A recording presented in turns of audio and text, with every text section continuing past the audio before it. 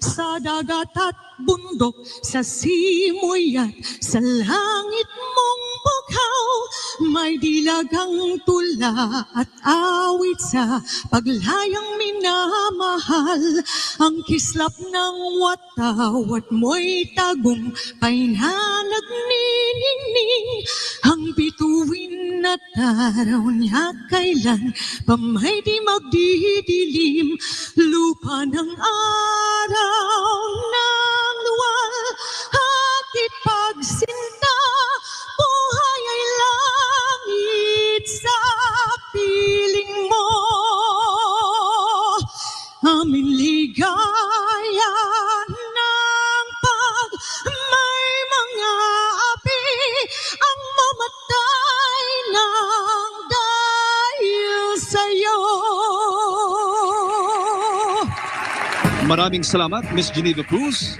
Maaari na po tayong makaupo, maliban lamang sa ating mga presidential candidates na pupunta sa kanilang mga podium.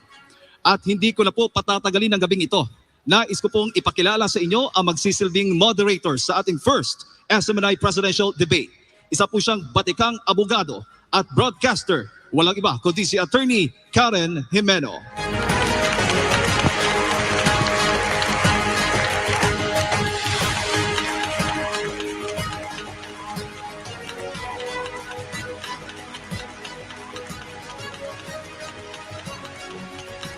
Thank you, Jade and Joy. Good evening, Philippines, and to everyone who's joining us tonight via different platforms around the world. Before we start, here are the mechanics of the debate. There will be 3 major rounds. For round 1, each candidate will be given 90 seconds to answer each question. Other candidates will be given 60 seconds to react to the previous candidate's answer, who will then be given 30 seconds for rebuttal. May tunog na maririnig na ganito kapag 10 seconds na lang ang natitira. Samantala, kapag ganito naman ang narinig na tunog, ibig sabihin tapos na ang oras sa pagsagot. Also, we'd like to disclose na mayroong ear monitor na suot-suot ang mga kandidato para marinig nila ng maayos ang mga katanungan. Particular mamaya sa round 2 canned questions. Notepads and pens are also provided by the organizers if the candidates wish to jot down their ideas on paper while the debate is ongoing. Finally, spectators are reminded to observe silence at all times. No boos, no shouting, no unnecessary noises. Let us all focus on the debate with respect.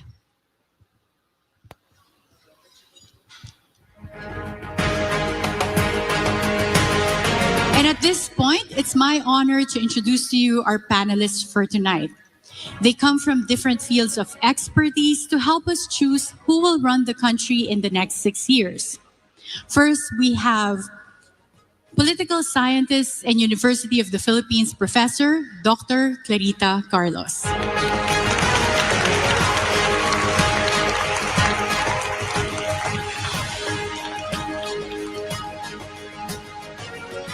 We also have former Iloilo Vice Governor and Congressman Attorney Rolex Suplico.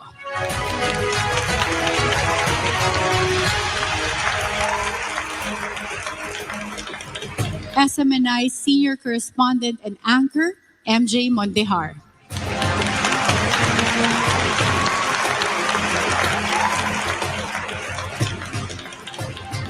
And the Manila Times CEO and President, Dante Klink-Ang II.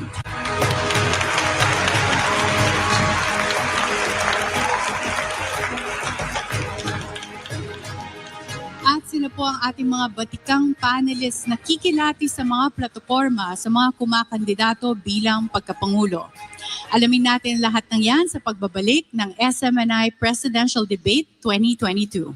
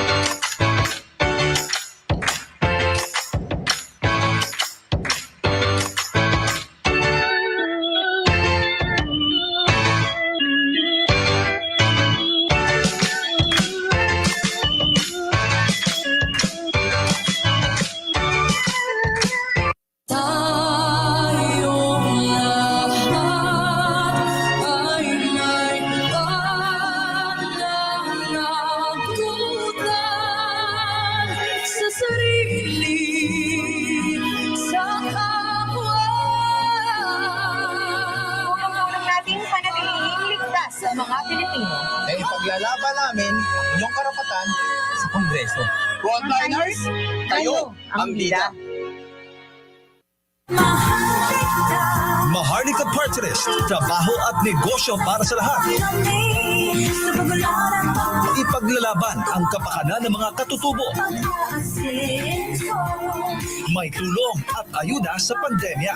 Maharlika Party List, kasanayan, kabuhayan at kaunlaran. Number 153 sa Balota. Political packages for 24 and by Maharlika Party List. Unit 10A, second floor, Homeland Building, EDSA Corner, Mother Ignacia Avenue, South Triangle, Diliman, Quezon City. Ang bawat dagok ng buhay ay gagaan kapag may isang senador na laging handang tumulong sa iyo, kasama mo sa hirap man o ginhawa. Noon at hanggang ngayon. Maraming salamat po, Senator Mig Zubiri, sa pagdamay mo sa oras ng aming pangangailangan. At aalalay sa iyo sa pagsalubong sa bagong bukas. The most kind senator that I know in the Philippine Senate. Senador Mig Zubiri, trabahador nyo sa Senado. Ringo Honasan po. Sa pagbangon ng mga Pilipino, saludo ako sa mga taong patuloy na humaharap sa hamon ng pagbabago. Bilang sundalo, tinataya kong aking buhay para sa ating kapayapaan. Sa panahon ng pandemya, kami ang patuloy na humaharap sa frontline 24 oras. Kaming mga guro ang gumagabay sa edukasyon ng mga kabataan. Sa panahon ng krisis, ikaw, ako, magtulungan tayo. Ringo Honasan po. Saludo ako sa Pilipino. Dante Marcoleta po, para sa pantay na batas at tuwid na landas, iisa ang aking adhikain. Mayaman ka man o mahirap, walang dayaan, walang lamangan, alisin na natin ang sistema ng palakasan dahil ang tunay na daan sa pagbabago at pagbangon ng lipunan ay disiplina at paggalang sa batas. No one, yes, no one is above the law.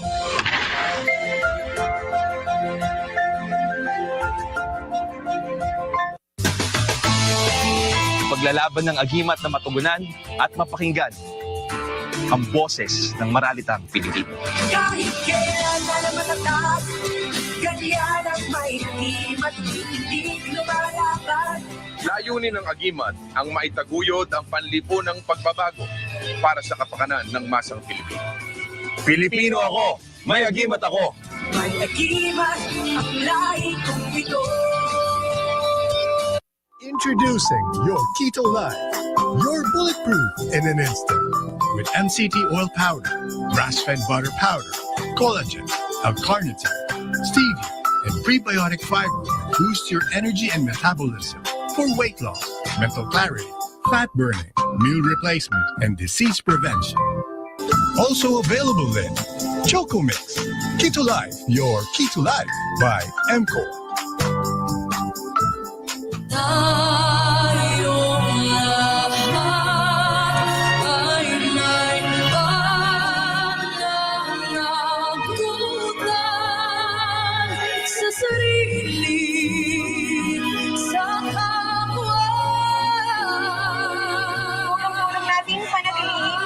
Sa mga Pilipino. Ay ipaglalaban namin inyong karapatan sa Kongreso. Frontliners, kayo ang bida.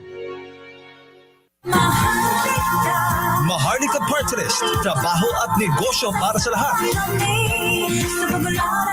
Ipaglalaban ang kapakanan ng mga katutubo. May tulong at ayuda sa pandemya.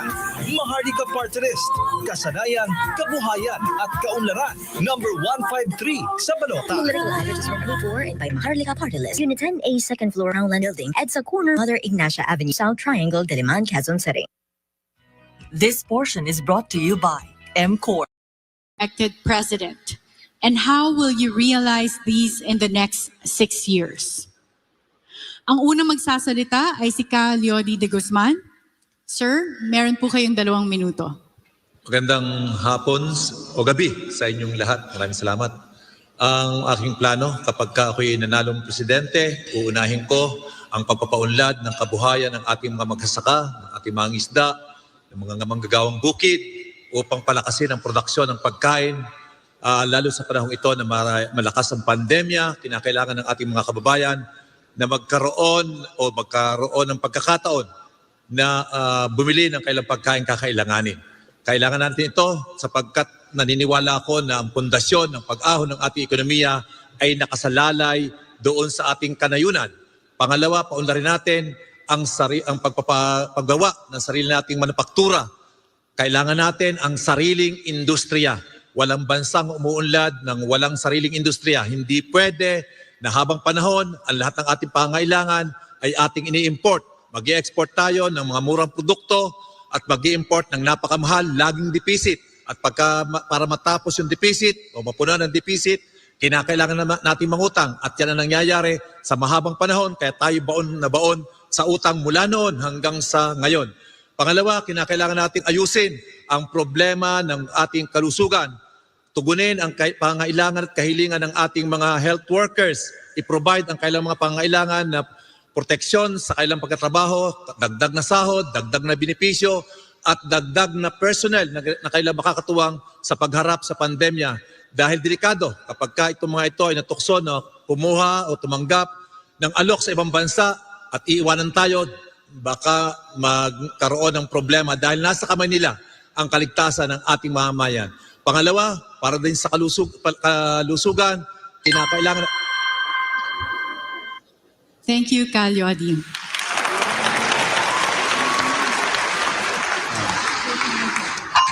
Secretary Norberto Gonzales, you have 2 minutes. Well, baka hindi ko kayang tapusin sa loob ng 6 na taon yung gusto kong mangyari sa bayan natin. Gusto ko maging first world tayo. Ang bagay na yan ay hindi parang tinatawaan sa wedding. Kaya yan ay pinaplano, pinaghahandaan. Sa loob ng 6 na taon, iahanda natin ang sambayan ng Pilipino para ang ating direksyon ay patungo sa pagiging first world. Ang uunahin ko ay yung ating istruktura sa politika. Para bang ang mga politiko pa natin ang humaharang para ang ating bayan ay umunlad, umusad at maging first world. Kaya structural changes sa political system, ang uunahin ko, baka magkaroon tayo ng charter change, baka maging parliamentary system tayo. Maganda sana kung hindi man maging federal, baka maging autonomous ang lahat ng region ng ating bayan. Diyan ako magsisimula. Yung ibang problema, kung maganda ang liderato ng bansa, marami tayong magagawa. Thank you, Secretary Gonzales. Next, Senator Bongbong Marcos, 2 minutes. Maraming salamat sa lahat na nabigyan kami ng pagkakataon upang pag-usapan ang ating mga problema na hinaharap. Sa tagal ng aking pagsiservisyo, ngayon lang po ako nakakita ng ganitong krisis na hinaharap ng ating bansa ngayon. At pagka tinatanong ko sa taong bayan kung ano ang kanilang kauna-unahang pangangailangan, ang laging sagot sa akin ay trabaho, trabaho, trabaho. Kaya't dapat natin magdagdag ng trabaho para mabigyan ng mas magandang buhay ang mga naghihingalo ngayon dahil sa pandemya, dahil sa krisis na dala rin ng pandemya. Sa aking palagay, ang mga sektor na ito ay unang-una yung MSMEs, yung Micro, Small, Medium Scale Enterprises. Dahil 95.5% ng ating negosyo ay nasa kategoryang yan, 62% ng employment ng mga employer ay nasa kategoryang yan. Kaya at bukod pa ron, sa pag-aaral ko, nakita ko na sa bawat gastos ng gobyerno, malakas ang balik ng pag-create ng trabaho, dadami ang trabaho. Pangalawa, agrikultura. Kailangan natin patibayin ang agrikultura natin, pagandahin uli natin ang agricultural sector natin. Dahil napabayaan ito na matagal at nakita nung pagdating ng pandemya kung paano tayo naghirap dahil umaasa na lang tayo sa importasyon. Bukod pa ron ay maraming trabaho ulit ang may bibigay kapag tayo ay nag-invest sa agrikultura. Pangatlo, isa sa pinakamabilis sa aking nakikita na industriya na makapagbigay ng trabaho ay ang industriya ng turismo. Ang industriya ng turismo ay madali kasi ibigawin natin ito para sa ating mga kababayan.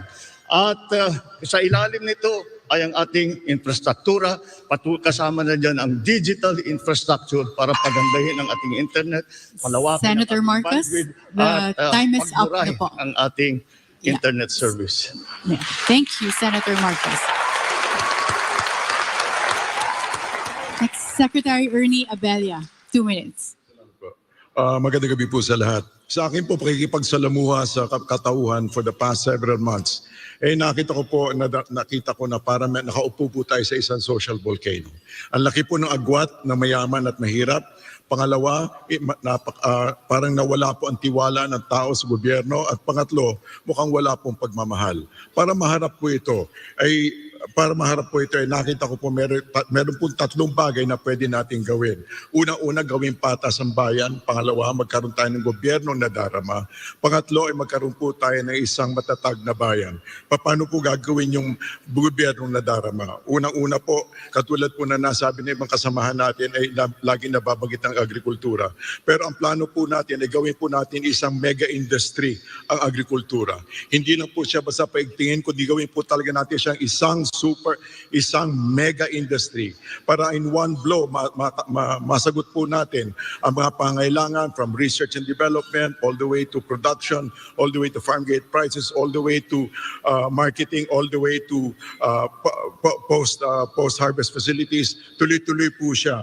And then the other thing po, para maharap din po yung maisoli ang tiwala ng tao sa gobyerno, ay kung po pwede po paigtingin natin, let's activate once more civil society. Ibalanse po natin ang power between government and big business, and then make sure that it is balanced, it is rebalanced. The power is rebalanced by the effective use of effective release of civil society.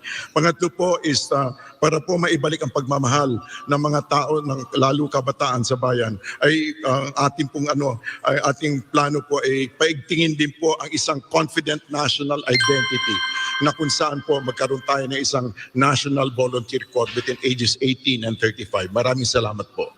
Thank you, Secretary Ernie Abella. Well said for our opening statements. Napakinggan na po natin ang kanilang mga opening statements at ngayon naman alamin natin ang kanilang mga solusyon sa iba't ibang problema ng bansa sa pagbabalik ng SMNI Presidential Debate 2022.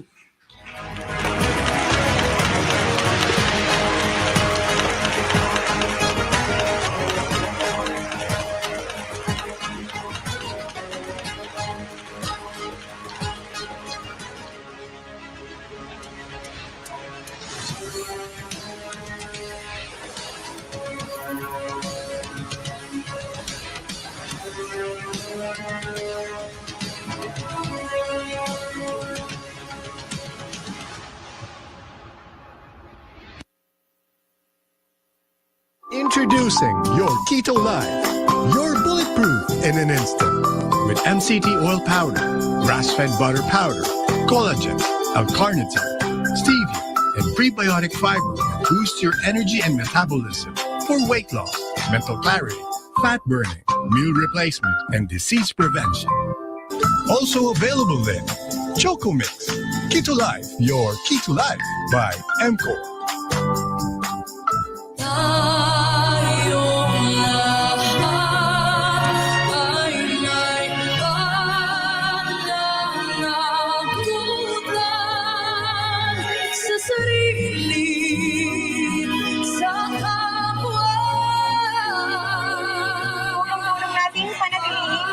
Sa mga Pilipino ay ipaglalaban namin ang inyong karapatan sa Kongreso.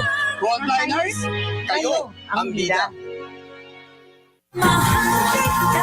Maharlika Party List, trabaho at negosyo para sa lahat. Ipaglalaban ang kapakanan ng mga katutubo. May tulong at ayuda sa pandemya. Maharlika Party List, kasanayan, kabuhayan at kaunlaran. Number 153 sa Balota. Political advertisement paid for and by Maharlika Party List. Unit 10A, second floor, Roundland Building, EDSA corner, Mother Ignacia Avenue, South Triangle, Diliman, Quezon City. Ang bawat dagok ng buhay ay gagaan kapag may isang senador na laging handang tumulong sa iyo, kasama mo sa hirap man o ginhawa. Noon at hanggang ngayon. Maraming salamat po, Senator Mig Zubiri, sa pagdamay mo sa oras ng aming pangangailangan. At aalalay sa iyo sa pagsalubong sa bagong bukas. The most kind senator that I know in the Philippine Senate. Senador Mig Zubiri, trabahador nyo sa Senado. Ringo Honasan po. Sa pagbangon ng mga Pilipino, saludo ako sa mga taong patuloy na humaharap sa hamon ng pagbabago. Bilang sundalo, tinataya kong aking buhay para sa ating kapayapaan. Sa panahon ng pandemya, kami ang patuloy na humaharap sa frontline 24 oras. Kaming mga guro ang gumagabay sa edukasyon ng mga kabataan.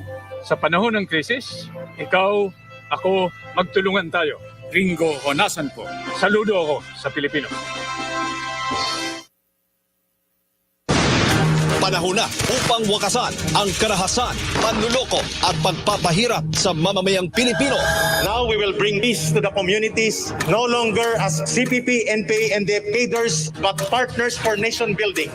Mga dating rebelde at kadre ng komunistang teroristang CPP, NPA, NBF na nagbalik loob sa pamahalaan, ngayon kasama na ng taong bayan. So our agenda is real and true peace sa mga pamayanan ng magsasaka, magbubukid, katutubo at mga manggagawa na lahat ay in-infiltrate namin nung kabataan pa namin bago kami mapunta sa NPA. Ang totoong titindig para sa kapakanan ng bawat sektor ng lipunan. Dumating na ang makasaysayang oras na may titindig para sa boses ng lahat ng sinira ng mga komunidad at sektor ng CPP, NPA, NDF at tatapusin na natin ang kanilang mga pakikipagsabwatan. Para sa kapayapaan, pamilya at sambayanan. Abante Sambayanan, number 175 sa Balota.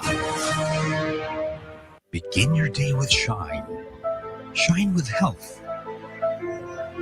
Shine with youthfulness.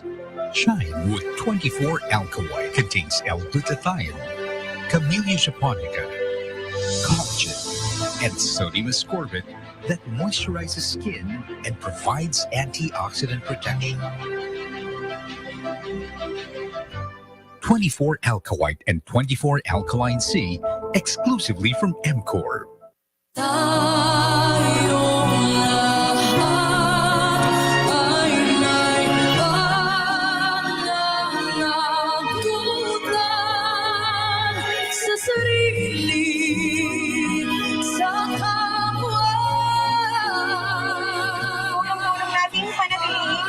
Sa mga Pilipino ay ipaglalaban namin inyong karapatan sa Kongreso.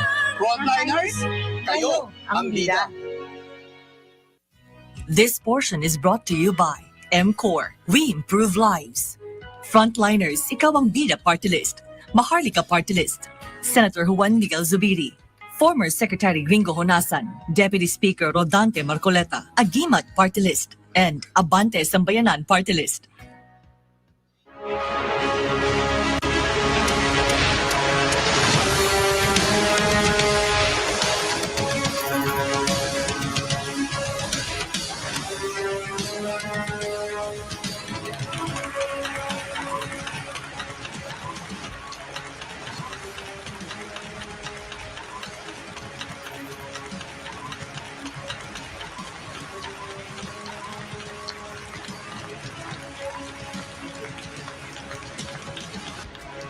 Nagbabalik ang SMNI Presidential Debate 2022.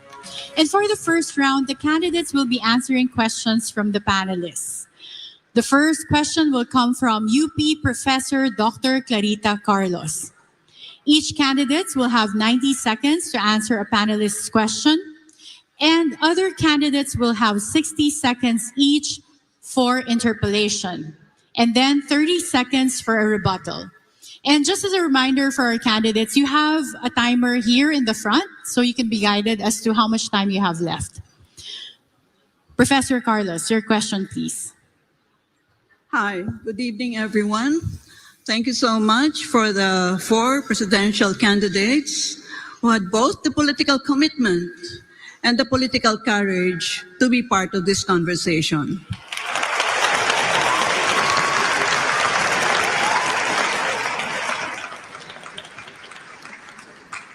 My area of research and expertise is on foreign policy and defense and security, so my first question will be within the rubric of these issue areas. All right.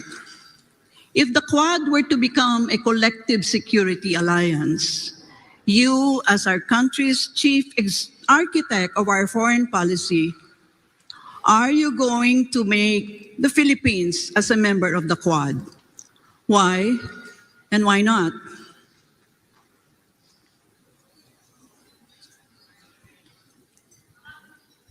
Professor Carlos's question will be addressed to Secretary Norberto Gonzales first. Well,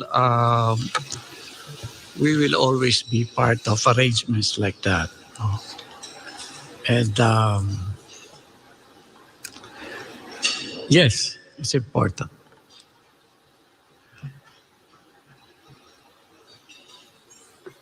Dapat lagi kasi may mga kasama tayo kung may mga hiharap tayong mga problema sa mundo. Kaya kailangan, kung may mga arrangements na ganyan, dapat pinapasok natin.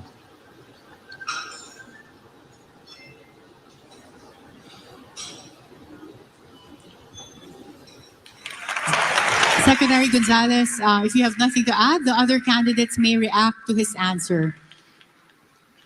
I think Secretary Ernie Abella. Yes. The Philippines needs to retain an independent foreign policy, and in which case it needs to be able to dance between the two great powers. As we can maintain relationships with them, but not to join. However, because we need to be able to maintain that specific independent stance. We can relate with either one, the other one, but at the same time, we need to retain our independence and be able to sustain our own sovereignty. Thank you. Yeah, but Mr. Abella, remember, you're still linked to the United States of America because of the Mutual Defense Treaty. That's true. So the Quad is composed of, well, so-called democracies. And so are you more leaning towards being part of the Quad or some other collective security arrangement?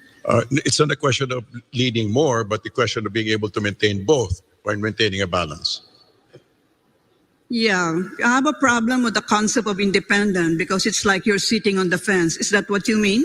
No, I mean to say that we need to be able to make our own stands and be able to make our own decisions without undue influence from anybody. I don't know that being friends with everybody is foreign policy. We're So not being thank friends you. with anybody. We can have trade with the greater power, which is our neighbor. On the other hand, we can maintain MDTs with the people in Quad. Yeah, well, the reason why, and this is for all the candidates, I asked this question is that right now, I'm sure the big powers are trying to carve their own spheres of influence.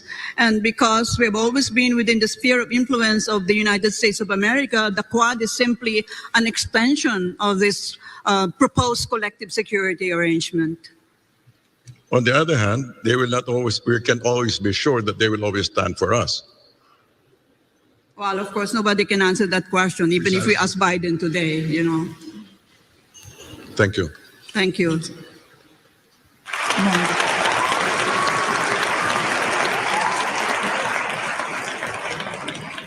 Senator Marcos. Yes, I think any of these agreements we should, of course, encourage as long as it is very clear to us what is the advantage to the Philippines. What the professor just mentioned was she spoke about the great powers trying to carve out spheres of influence. I reject that model that I believe no longer applies in the geopolitics of the modern world. The old Cold War thinking. We have to ply our own way.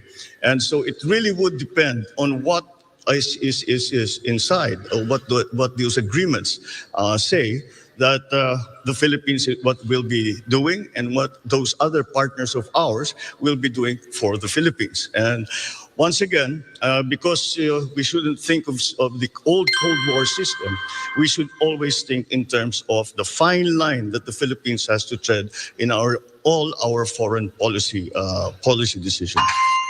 But if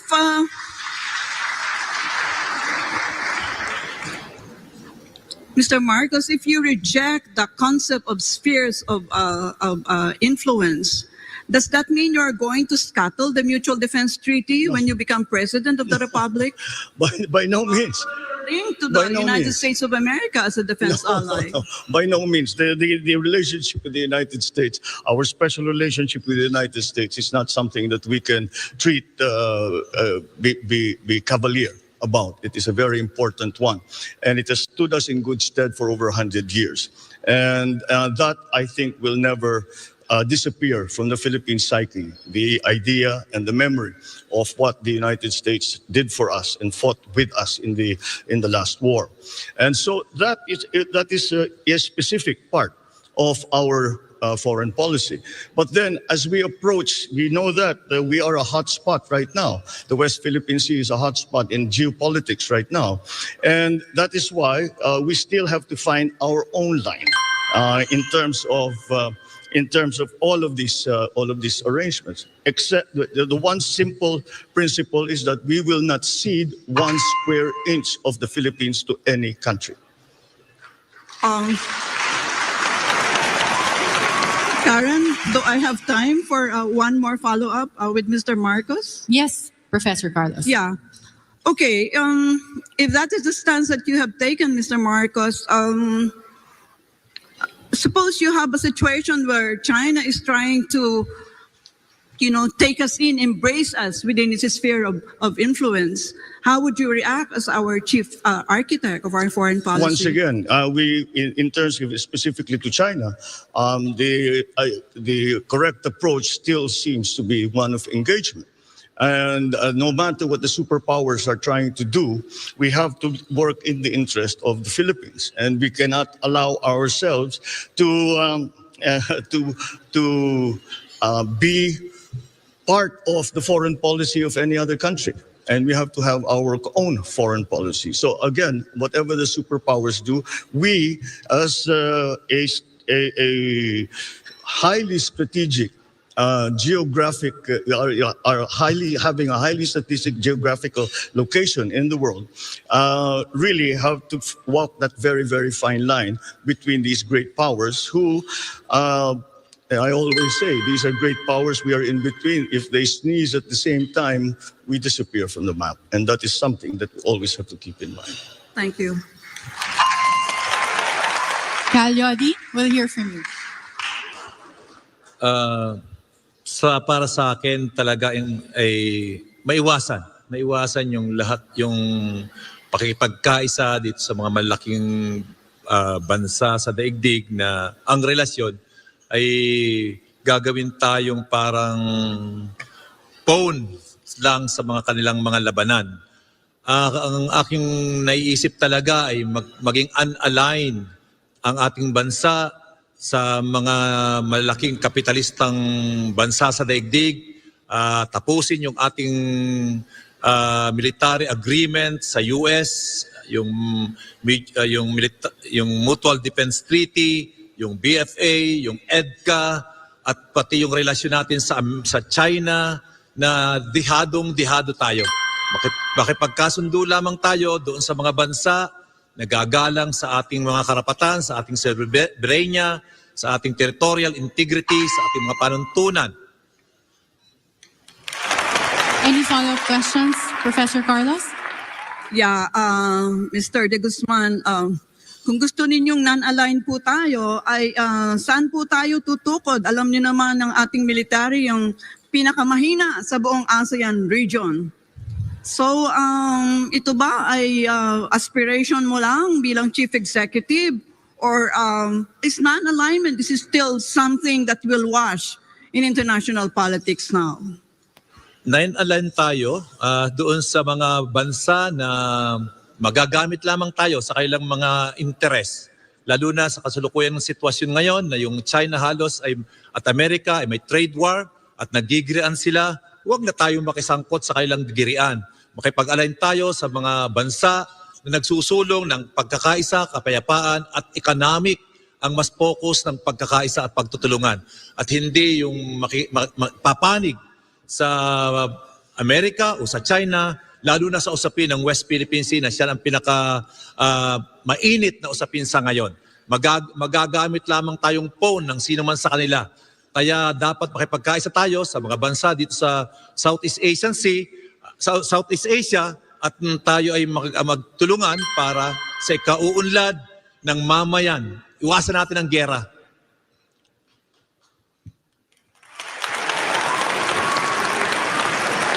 Is there any rebuttal from our candidates?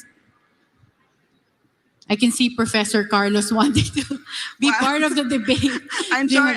I hope I'm not dominating the questions, Carrie. No, You it's just okay. strike me down, if I need to shut up. No. Yes, we've budgeted the time. If there are no reactions from the candidates to each other's answers, we are allotting the additional time to follow-up questions from our Can panelists. I just do one follow-up with Mr. De Guzman? Of course. Okay. Well, I'm interested in the concept of non-alignment because, I don't know that it's like once upon a time we talked about that. So, sino hong mga bansa kaya ang ating, anong pangalan nila? Ang ating sasamahan? Dahil sinabi ninyo ay sasama tayo sa mga non-aligned countries because most countries have cast their lots with either the United States of America, with Russia, or with PROC.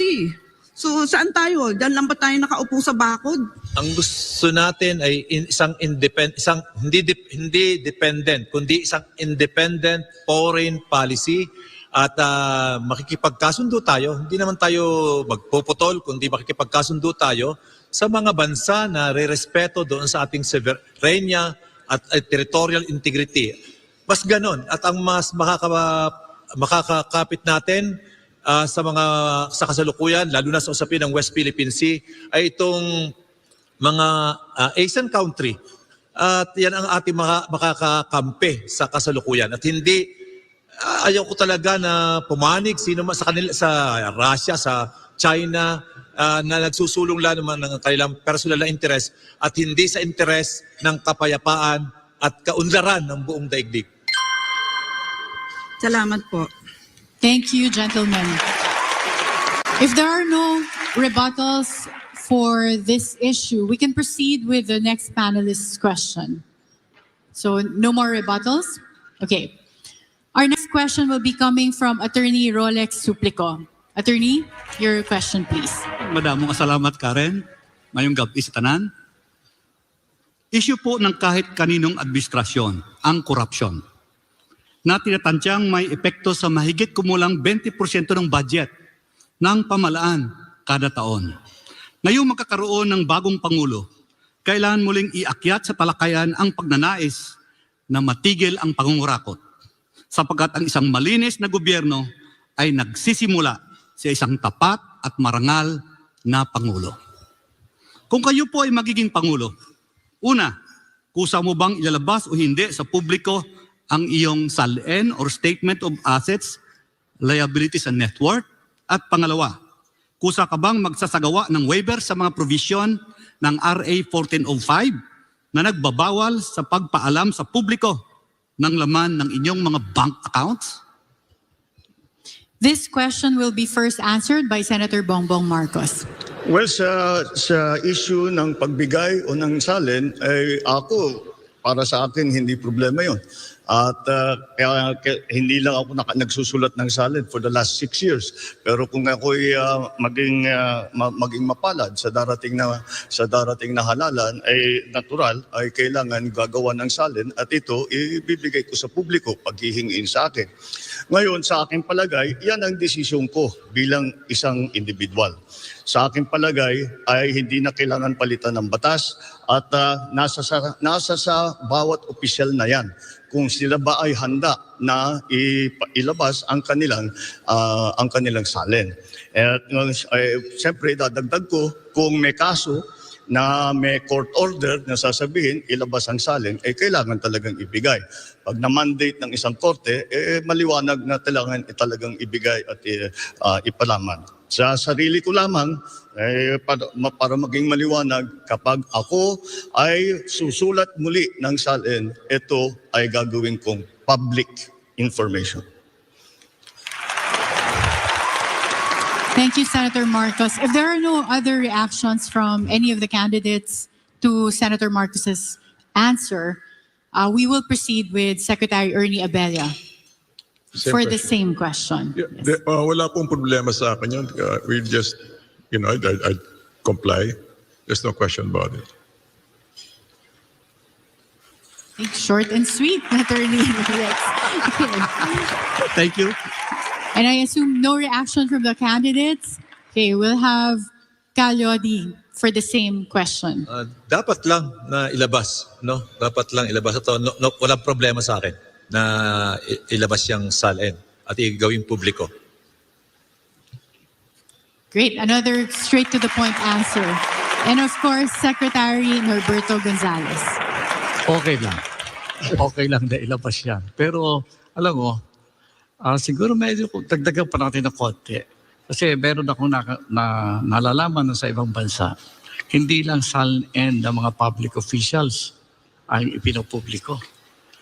Public na ipinapublish ang lahat ng income tax returns ng buong sambayanan. Maganda siguro ganoon para pantay. So Karen, follow-up question. Of course. Papayag ka bang i-require ang inyong immediate family, asawa at mga anak na ilabas na magperma ng waiver sa provisions ng RA 1405? Of course, buong Pilipinas nga gusto kong gumawa niyan eh. Dapat open tayo kung ano ang hinahawakan natin. Para na sa ganun walang duda. At mas mabilis ang pagkolekta ng taxes. Na tama. I think we have reactions from Senator Marcos. Sa aking palagay, kung sino ang nasa batas na sinasabing kailangan sumulat ng salin, ay kung nasa sa kanya, kung sila ay maglalabas. Ngayon, ang pamilya ko naman ay siguro hindi dahil pamilya ko kailangan magsulat ng salin at kailangan ilabas. Kaya siguro yung aking sinasabi ay lahat na kung may pamilya man ako na nakaupo na sumusulat ng salin, ay sa palagay ko handa rin sila na ilabas lahat yan. I also saw Secretary Abella reacting earlier. Sir, yes. No, basically, kung sino yung, kung kailangan, like everybody said, kung sino yung kailangan maglabas, ilalabas, wala naman kagipitan doon. Thank you to our candidates. If there are no more reactions, are there any follow-up questions, Attorney Rolex? No more, Karen. Thank you very much. Thank you. Thank you so much to UP Professor Carita Carlos and Attorney Rolex Suplico. And we've heard from our candidates. SMNI Presidential Debate 2022 will be back.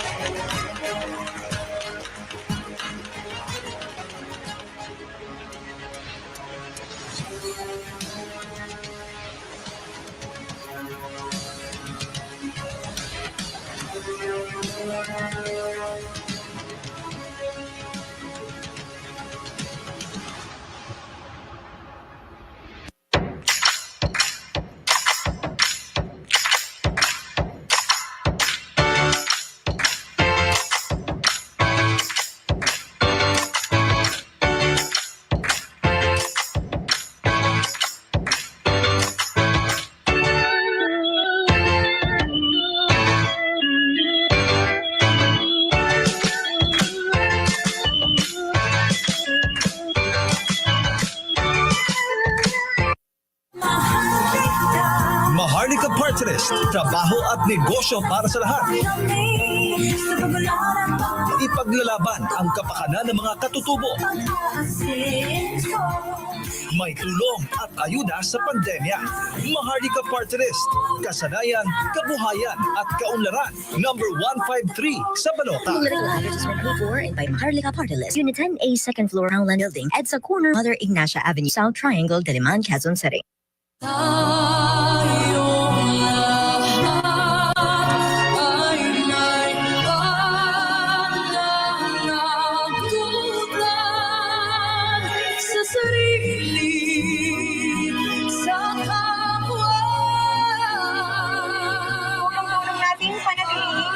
Sa mga Pilipino ay ipaglalaban namin inyong karapatan sa Kongreso.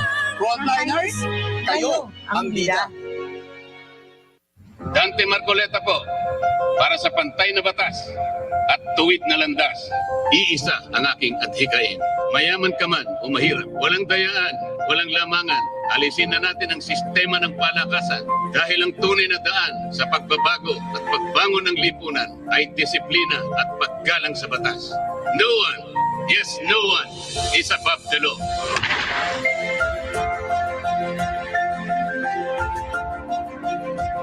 Ang bawat dagok ng buhay ay gagaan kapag may isang senador na laging handang tumulong sa iyo, kasama mo sa hirap man o ginhawa. Noon at hanggang ngayon. Maraming salamat po, Senator Mig Zubiri, sa pagdamay mo sa oras ng aming pangangailangan. At aalalay sa iyo sa pagsalubong sa bagong bukas. The most time senator that I know in the Philippine Senate. Senador Mig Zubiri, trabahador nyo sa Senado. Begin your day with shine. Shine with health. Shine with youthfulness.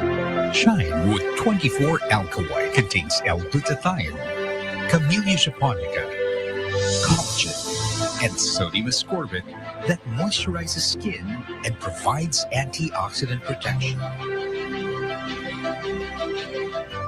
24 Alka-White and 24 Alkaline C exclusively from MCOR. Tulong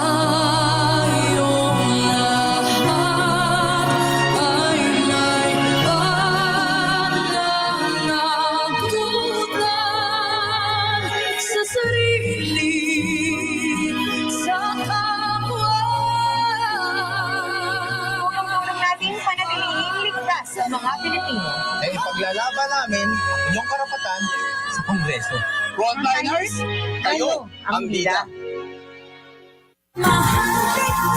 Maharlika Party List, trabaho at negosyo para sa lahat. Ipaglalaban ang kapakanan ng mga katutubo. May tulong at ayuda sa pandemya. Maharlika Party List, kasanayan, kabuhayan at kaunlaran. Number 153 sa Balota. Political advertisement before and by Maharlika Party List. Unit 10A, second floor, Roundland Building, EDSA corner, Mother Ignacia Avenue, South Triangle, Diliman, Quezon City. This portion is brought to you by MCOR, we improve lives. Frontliners, ikaw ang bida party list. Maharlika Party List. Senator Juan Miguel Zubiri, former Secretary Gringo Honasan, Deputy Speaker Rodante Marcoleta, and Abante Sambayanan Party List.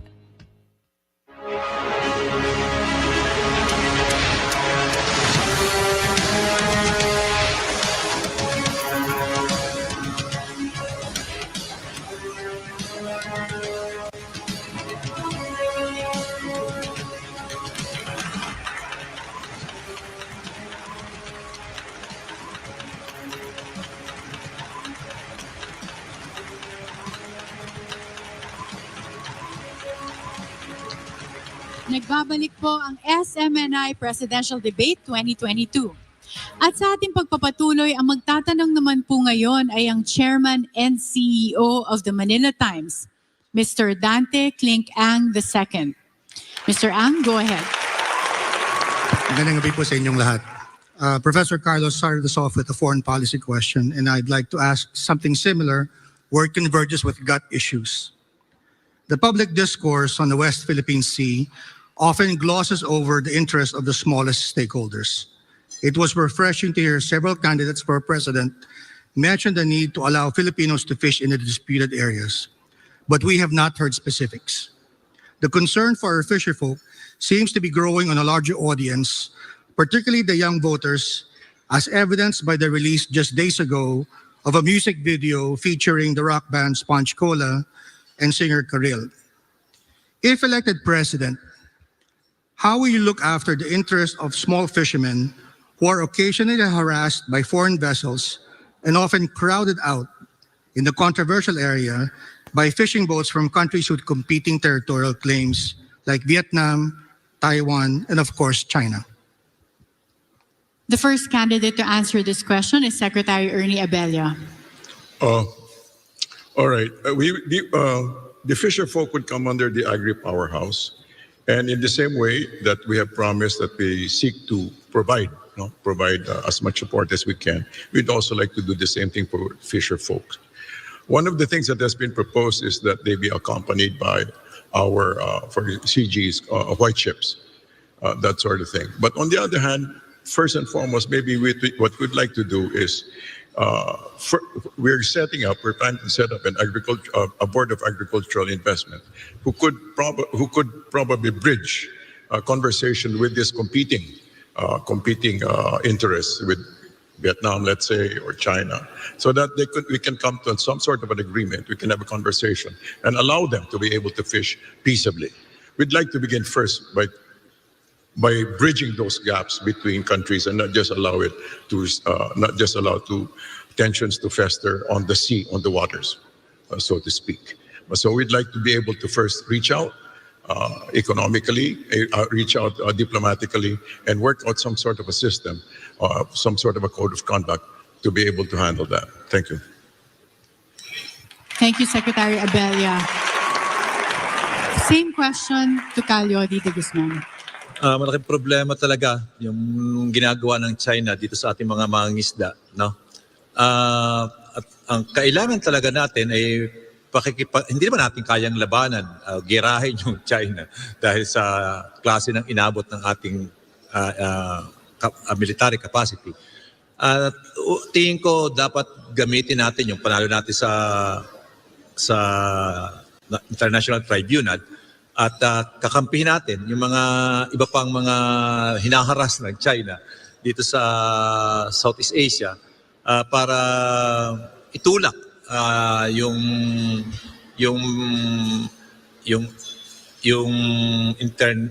mga bansa na signatory dito sa UNCLOS na sawayin. Pigilan itong China sa kanyang ginagawang pangharas dito sa ating mga mangingisda na hindi pinapayagan. At gamitin natin, siguro economic diplomacy gamitin natin para i-pressure yung China na mapayagan o makapangisda yung ating mga mangingisda dito sa West Philippine Sea. Ito'y atin, dapat ito'y inirerespeto ng China bilang isang member din o signatories ng UNCLOS para na sa ganun ay magkaroon tayo ng laya na makapangisda. At dagdagan natin ng Coast Guard o Navy diyan para protektahan ang ating mga mangingisda.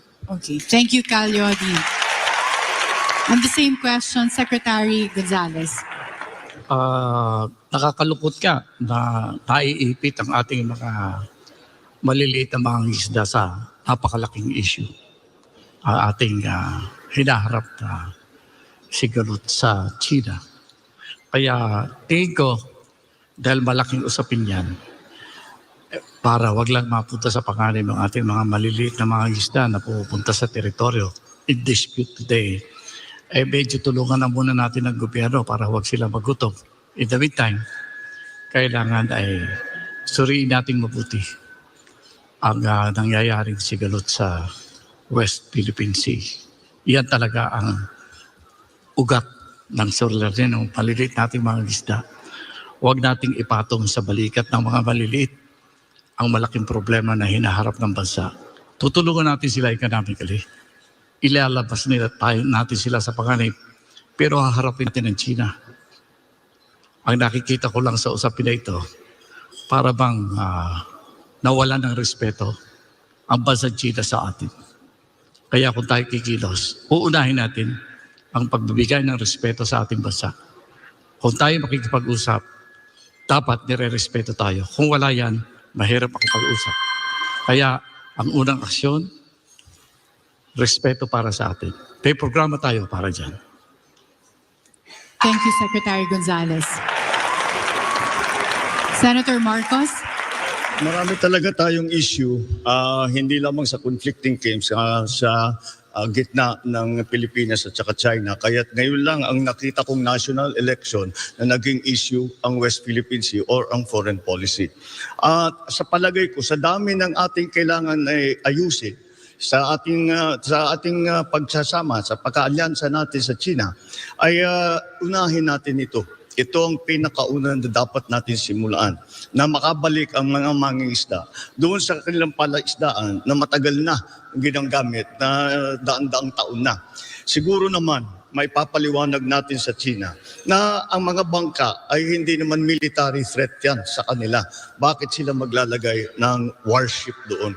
Ngunit kailangan natin mag-responde. Kung maulit yung nangyari noon, tayo magpadala naman tayo ng Navy o kahit na Coast Guard para merong military presence, meron tayong presence of the state na nandoon, na nasa lugar na yun. Pangalawa, puntahan natin ang ASEAN at magpatulong tayo sa ASEAN. Dahil ang ASEAN ay meron din binubuo na code of conduct para sa ASEAN at saka sa China at sana maipasa na yan. Punta pati tayo sa UN at magpadala tayo ng delegation sa Beijing para kausapin ang Presidente Xi at sasabihin paano ba natin ayusin ito at paano ba natin gagawin para hindi na maulit itong nangyari sa nakaraan. Thank you, Senator Marcos. Mr. Ang, any follow-up questions? Yes, the question is what specific policies you will adopt. You know, and Senator Marcos, you mentioned in the interview you had with DZRH and the Manila Times earlier that you wanted to use diplomacy over military solutions. I mean, are you changing that policy now? No. And in that same interview, Calyodi was saying that he wanted to make the West Philippine Sea a zone of peace. And now he's talking about possibly escalating the situation in that area. It's undeniably that we have to deal with China. The question is, as president, how will you do it? No, the reason I spoke about the putting a military presence there is so that the government, the Republic of the Philippines, has a presence there to show to China that we are defending what we consider our territorial waters. And that is not for them to go there to fire upon the Chinese vessels, but merely to make their presence felt so that the Chinese know we are aware of what they are doing, we do not agree with what they are doing, and we carry on with our diplomatic back channel, side channel, whatever way we can do to fix the problem and make us have a system so that we no longer have this problem again. Calyodi, you want to? I mentioned that you mentioned you in that question. Tama ka. Talagang ang aking programa talaga ay i-convert itong West Philippine Sea kasi malawak na usapin nito. I-convert itong West Philippine Sea into ay economic zone at hindi war zone.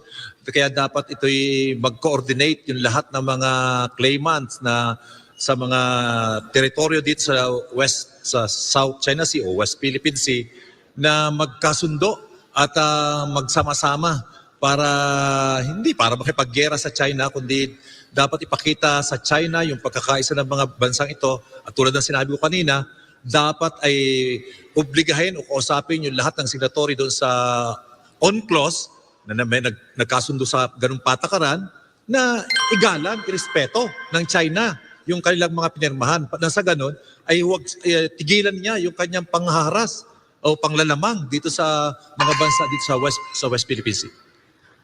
One follow-up question, Karen. Of course, Mr. Ang. This one's directed at first to Secretary Roberto Gonzales, and I'd like you to wear your former hat as Defense Secretary, sir. And in a previous editorial we have written in the Manila Times, I have written, we've quoted the Philippine Council for Foreign Relations, specifically the chairman, Rafi Alunan, who said that in his observation, those who are crowded out from fishing in that area, these fishermen often turn to alternative means of livelihood, primarily piracy and who knows what, probably smuggling. Do you have similar observations, and what policy prescriptions would you have to address that specific issue? I think first thing, we have to make clear to China that we cannot be pulled into an argument that is superficial to the real question in the area. They're trying to provide us with an emotional event or activity that our small fisher folks are not able to fish. Do you know what China is doing behind this? They're actually selling this fish as what they call as some kind of a fish for nationalism. Sinasabi nila na itong mga isda na ito dapat binabayaran ng mas mahal kasi ito ay nahuhuli sa isang lugar na ipinagtatanggol natin. They're making this issue. They're using our fisher folks to make this issue as simplistic as an issue of fisher folks not being able to fish in their area that is theirs. If I will be given a time, I'll add a little more. Well, sabi niyo po may programa kayo. Pwede po ba natin tumbukin in a few seconds? Ano po ba yung programa na yan? Alam mo na wala ng respeto ang ibang bansa sa atin. Akala nila nabibili tayo pwede tayong laro-laruin. Kailangan magpakita tayo ng kaunting, hindi para makipaggera. I was advocating national mobilization. What does this mean? Our young people should be trained for whatever exigency. There are signs that China might tempt us. Kasi alam natin ang China ayaw ng gera. Pero pagka territory ang question, nakikipaggera sila. Tinatanggap natin, mahal ng China ang kanilang bansa. Handa silang makipaggera kung kinakailangan para sa teritoryo. Dapat nating ipakita bilang bansa na kaya natin gawin yan. Mahal natin ang ating bayan. Handa rin tayong tumindig.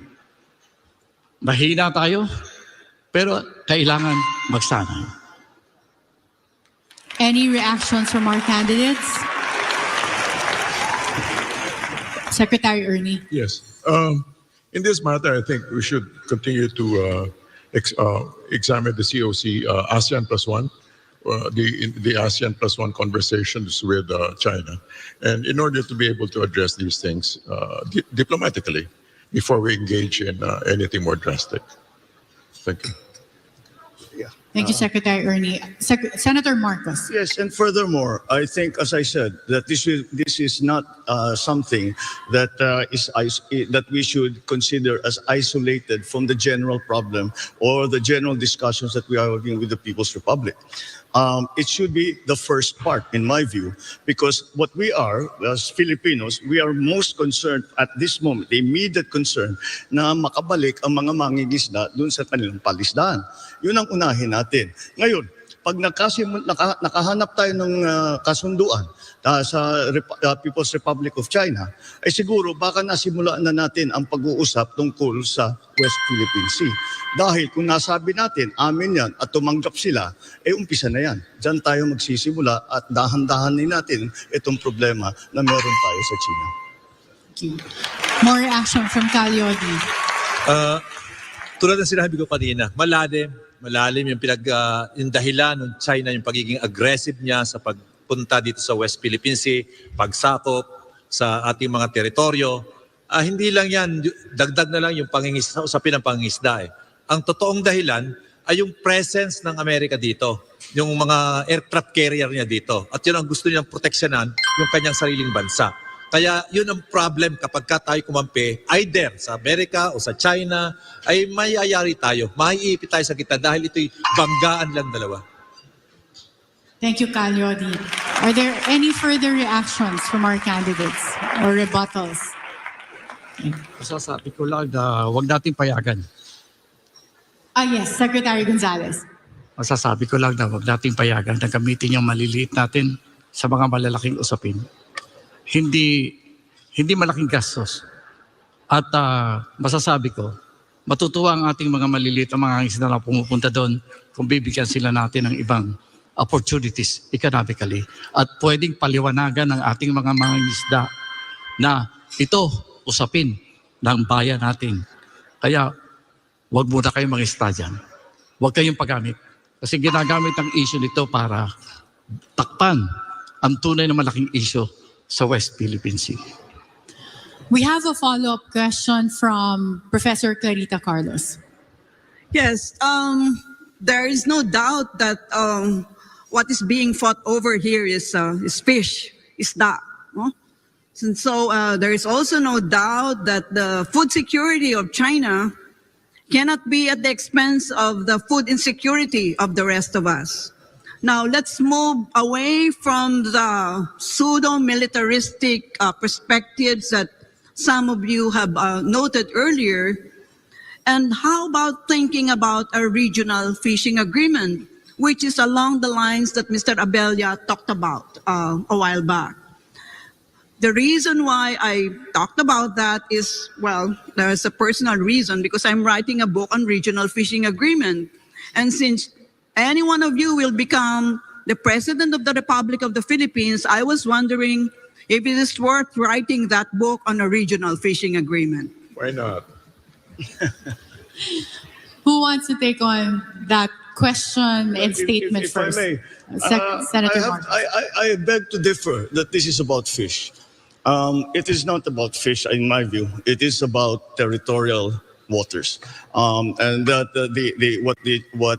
when we have these 200 Chinese boats coming and blocking our fishermen, it is to assert their claim that this is part of their territorial water. And that is why you cannot separate the problems that we're having with the fishermen from the larger problem that we are having in our conflicting claims with China, and for that matter, for other countries in ASEAN. And that's why we have to look at it as maybe an opening. I always mention this, that we have to try every single way that we can. And I remind everyone that China and the United States came together because of ping pong. And who would have thought that that's where it would start? Who knows where our coming together will start? But isn't that related, Mr. Marcos, to my earlier question about the Quad? You know, if you have a whole array of, militia there, wanting to take over the whole of the contested South China Sea, shouldn't you lean on the Quad as a collective security arrangement? No, because that is a military solution. And that proposes a military solution. And I do not think we want a military solution because we simply do not want a war. I do not think China wants a war. I do not think the United States wants a war. The Philippines certainly does not want a war. Well, but Mr. Gonzalez just said that China only recognizes naked power. So what are we talking about? I don't think that is the method for us to come to an agreement with the People's Republic of China. There are three ways to gain territory. One is upon agreement with arbitration by an international body, agreement of two or more parties. Number two is war. And number three is bilateral agreement. We're left only, I think, with bilateral agreement. And that's what we should pursue. Thank you. Secretary Gonzalez wants to react. Precisely what Dr. Carlos says. The presence of the superpowers in our region will actually prevent war. That is an opening for us to gain something that we have lost.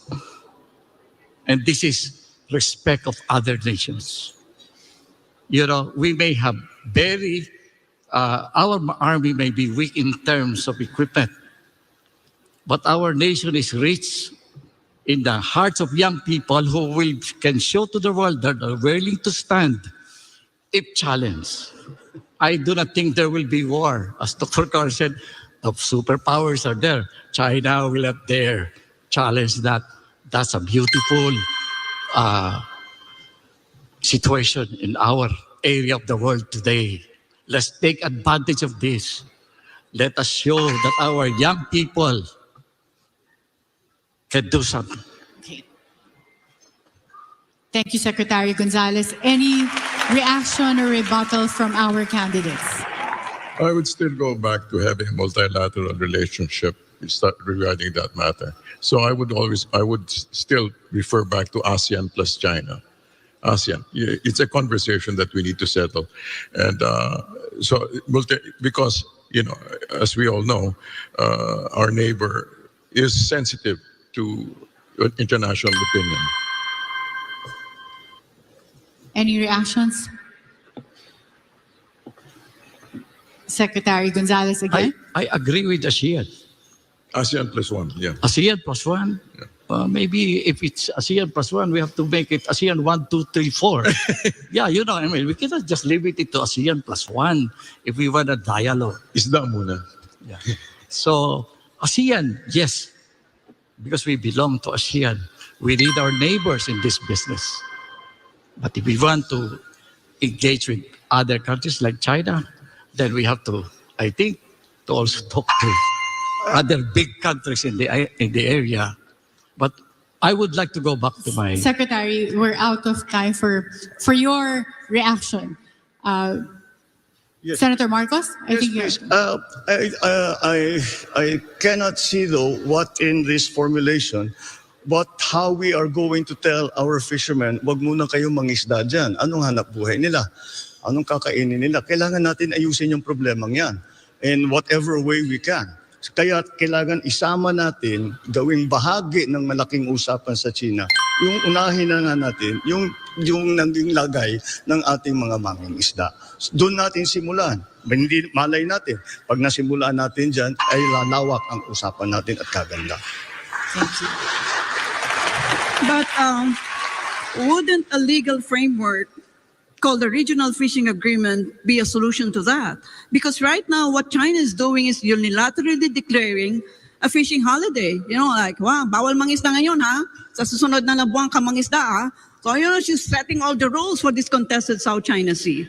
So, if you were the chief architect of our foreign policy, wouldn't you want a regional fishing agreement where every country washed by the East China and the contested South China Sea are participants or members? And if I may add, and this is not to rain on the parade of Mr. Abella and Mr. Gonzalez, I don't think we should lean on ASEAN.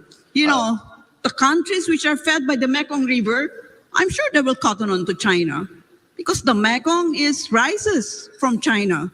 Big mo sabihin, wala kang tubig sa agriculture mo sa iyong tao, and we're talking about Cambodia, Laos, Vietnam, Thailand, Myanmar. Diba? So, yeah, to repeat, I'm not raining on your parade, but I doubt very much that we should lead on ASEAN. Well, I think that if a fishing agreement would be included in any code of conduct that we agree with China and the ASEAN. That definitely should be part of it because it is not a problem that we are suffering by ourselves. Other members of ASEAN have the same problem, and that is why it will be critical to have a robust and effective code of conduct between ASEAN and China must include the issue of fishing rights. Yes, that's my point. Pull the leg of China into a regional fishing agreement. Well, yeah. They already have entered into an agreement, into a code of conduct agreement years ago. Yeah, but they're doing bilaterals. They are trying to do it bilaterally, and that's why I think it is more to China prefers to handle these issues bilaterally between their country and another country. But I think that the multilateral approach is still going to be important. We will pursue every avenue that we can. And Secretary Gonzalez, I can see you raising your hand as well as Calyodi. In that order, sir. You were first, Secretary Gonzalez. Well, I agree with the regional fishing agreement. That's very important. We can discuss that. But precisely, what the Chinese is trying to do with our small fisher folks is to actually move us away from the major issue that we are facing in the West Philippine Sea. The West Philippine Sea is about territory and about forward defense. The Chinese have been planning to establish a forward defense facility in that part of the world happens to be Philippines. They say it's China. We say it's ours. They are establishing a forward defense strategy, and sometimes we want. Well, I will not wonder why. Calyodi knows the answer. Speaking of Calyodi, you're next. Tingin ko talagang posible at magkakasundo doon sa regional agreement para doon sa karapatan ng bawat isa na mangisda. As long as hindi tayo manging-question doon sa pangangamkam ng teritoryo ng China. Pero once na tinuloy-tuloy natin ang ating question sa pangangamkam ng teritoryo ng China dito sa West Philippine Sea, hindi sila napapayag. Dahil yun ang pinaka-importante sa kanila. Ang importante sa kanila ay makapagtayo ng base militar diyan sa lugar na yan para i-counter ang move ng US, ng Australia, ng Japan na sinisirkel. Pakaramdam ng China, sinisirkel siya. Kaya gumagawa siya ng paraan para mapigilan ang pagkukordon ng US at ng mga allied niya sa China. Pero kung fishing lang, tingin ko aabot doon. Pero huwag kang makikialam doon sa kanyang ginagawa. Thank you, Calyodi. And I think the question of Mr. Ang really is an indication of how complex this issue is and the amount of time we took in discussing the answers to this question. And we'll have to go on a commercial break for now. SMNI Presidential Debate 2022 will be back.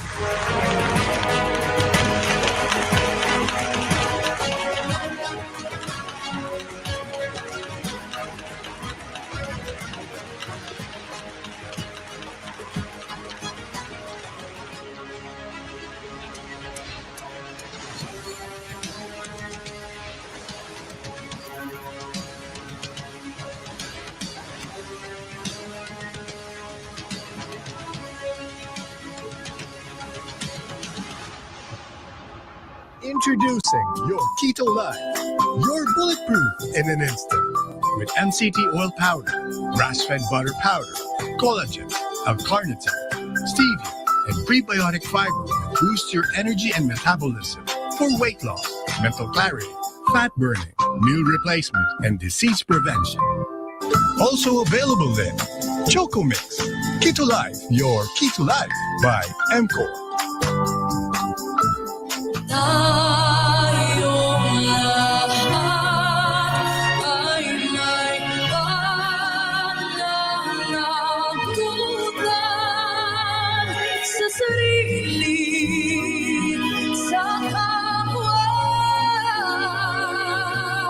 Nating panatiling ligtas sa mga Pilipino. Ay ipaglalaban namin inyong karapatan sa Kongreso. Frontliners, kayo ang bida. Maharlika Party-List, trabaho at negosyo para sa lahat. Ipaglalaban ang kapakanan ng mga katutubo. May tulong at ayuda sa pandemya. Maharlika Party-List, kasanayan, kabuhayan at kaunlaran. Number 153 sa Balota. Political addresses were paid for by Maharlika Party List. Unit 10A, second floor, Round Building, EDSA corner, Mother Ignacia Avenue, South Triangle, Diliman, Quezon City. Paglalaban ng agimat na matugunan at mapakinggan ang boses ng maralitang Pilipino. Kahit kailan na matatas, ganyan ang may agimat, hindi lumalaban. Layunin ng agimat ang maitaguyod ang panlipunang pagbabago para sa kapakanan ng masang Pilipino. Pilipino ako, may agimat ako. May agimat ang lahi kong ito. Panahon na upang wakasan ang karahasan, panluloko at pagpapahirap sa mamamayang Pilipino. Now,